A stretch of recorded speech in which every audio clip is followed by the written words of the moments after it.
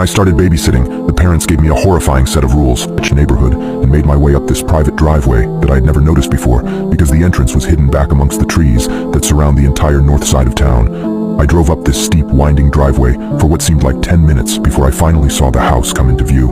Out of all the houses I've babysat at, this was hands down the most gorgeous one I've ever seen. I hoped I would get some good money for this. I got out of my car and made my way up to the front porch, where I knocked on this gigantic wooden door. A few seconds later, a beautiful woman in her mid-30s answered and introduced herself as Mrs. Collins.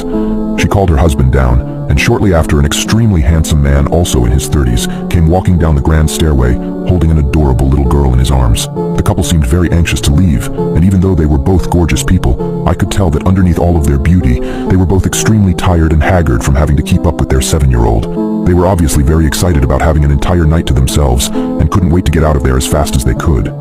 Before Mr. and Mrs. Collins left, however,